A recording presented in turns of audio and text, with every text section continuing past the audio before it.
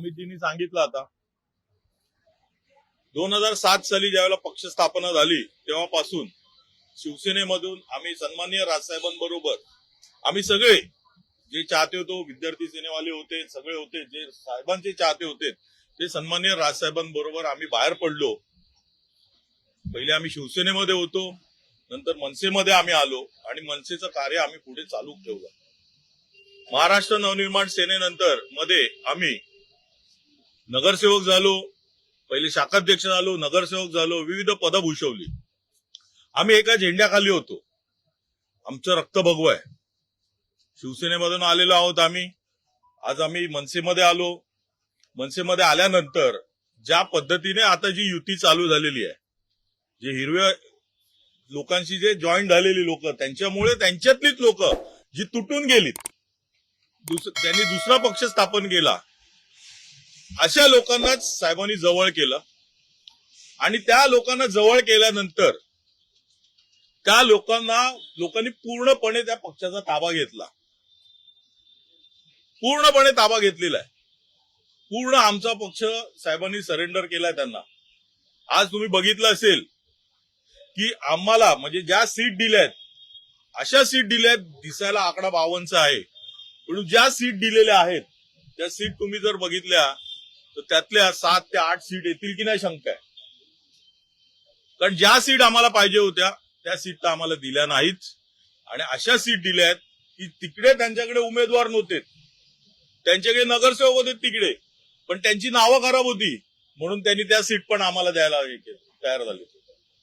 माहीम, दादर, वरळी, शिवडी, भांडूप या ठिकाणी ज्या ठिकाणी आमच्या सीट म्हणजे जिकडे मराठी माणसाचा टक्का जास्त आहे, ज्या ठिकाणी आमची ताकद जास्त आहे, तिकडे आम्ही 2-2 सीट मागितल्या. तिकडे आम्हाला 1 सीटवर त्या लोकांनी हे केलेलं बोळवण केली आमची. आणि पूर्णपणे त्यांना पाहिजे त्या सीट त्यांनी दिलेल्या. माझे तुम्ही त्यातरी मध्ये बातमी लावली होती 194 मला दिला नाही म्हणून मी गेलो, नाराज झालो वगैरे. हा विषयच नव्हता. ज्या वेळेला मी चर्चा केली आमच्या नेत्यांशी की तुमचं घोडं कुठे अडते, तेव्हा त्यांनी सांगितलं की 192 वर आणि 190 वर. मी बोललो 192 आणि 190 वर मला कळलं नाही. आपल्याला प्रत्येक विधानसभेमधून 2 सीट देणार आहेत तर कुठे अडते? 194 मिळते आपल्याला, पण आपल्याला 192 आणि 190 महत्वाची आहे. बोलो हरकत नाही, 190 घ्या, 192 घ्या, काय करायचं ते करा, मला मोकळं करा, चला. मी ह्या भाषेमध्ये त्यावेळेला सन्माननीय सरदेसाई साहेबांना पण सांगितलं हरकत नाही, 2 वोट ते घ्या. परंतु ते पण नाही झालं. मिळाला कुठला 192, जिकडे प्रकाश पाटणकर म्हणून जे 2 वेळा नगरसेवक होते त्यांचा वॉर्ड तिकडनं त्यांच्याकडनं काढून घेण्यात आला आणि तो वॉर्ड म्हणजे त्याच्यावर पण अन्याय झाला. ठीक आहे, हरकत नाही. आता पुढची महत्वाची गोष्ट अशी होती की आम्हाला या चर्चेमध्ये, मी तर काही नेता नाहीये, मला या चर्चेमध्ये सहभागी नाही केलं, मला कुठल्याही प्रकारचा राग नाही. मला सीट नाही दिली, मला कुठल्याही प्रकारचा राग नाहीये, कारण साहेबांनी आम्हाला भरपूर दिलं.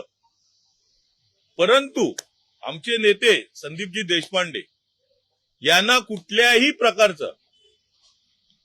प्रकारच्या चर्चेमध्ये सहभागी केलं नाही, कुठेही त्यांना घेतलं गेलं नाही.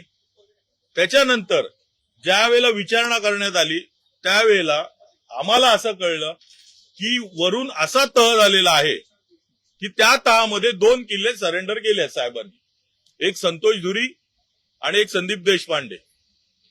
हे 2 किल्ले आमचे सरेंडर केलेले आहेत.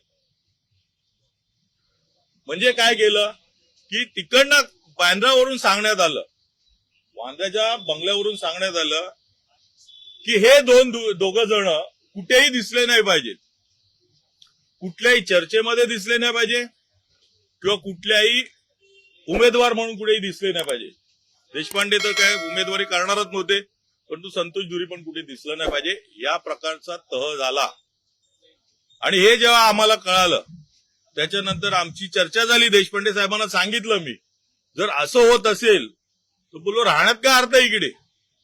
एकतर काँग्रेस बरोबर जाऊन या लोकांनी स्वतःचं रक्त हिरवं केलेलं आहे, आता परत इकडे येऊन आपलं पण रक्त हिरवं करण्याचा प्रयत्न करणार, आपल्याला कुठेही स्थान देणार नाहीत. त्यापेक्षा मी माझा विचार करतो. संदीपजीचं मन खूप मोठं आहे, ते खूप सीझन आहेत. त्यांनी सांगितलं तू विचार कर बाबा, मी काय येत नाही. म्हणजे ह्या प्रकारे मी याच्यातून बाहेर पडलो. सन्माननीय देवेंद्रजी फडणवीस साहेब यांच्याकडे काल मी गेलेलो. नितेशजी राणे यांनी मला बोलवून घेतलं, माझी चर्चा केली. मला खूप त्याच्यामध्ये आनंद वाटतोय आणि खूप भरून आलं की काय विषय असा आहे की नितेशजी राणे हे सिंधुदुर्गावरनं फक्त आणि फक्त माझ्यासाठी आलेत. त्याच्यानंतर माझ्याशी भेट घेतली. त्याच्यानंतर परत सकाळी ते फ्लाय करून ते गेलेत सिंधुदुर्गाला, कारण त्यांचे काहीतरी वॉरंट कॅन्सल करायचं होतं दुसऱ्या दिवशी काल. त्याच्यानंतर परत काल आलेत आणि त्याच्यानंतर देवेंद्रजी घेऊन गेले मला आणि तिकडे माझी चर्चा झाली साहेबांबरोबर. खूप चांगली चर्चा झाली आणि त्यानंतर मी निर्णय घेतला की आपण प्रवेश करायचा. देवेंद्रजींनी सांगितलं की आमचे अध्यक्ष आहेत त्यांच्याकडे तुम्ही जा, मुंबईचे अध्यक्ष अमितजी साटम आमदार यांच्याकडे जा आणि तुम्ही तिकडे प्रवेश घ्या. त्याप्रमाणे मी इकडे आज आलो आहे आणि मी आज इकडे प्रवेश केला.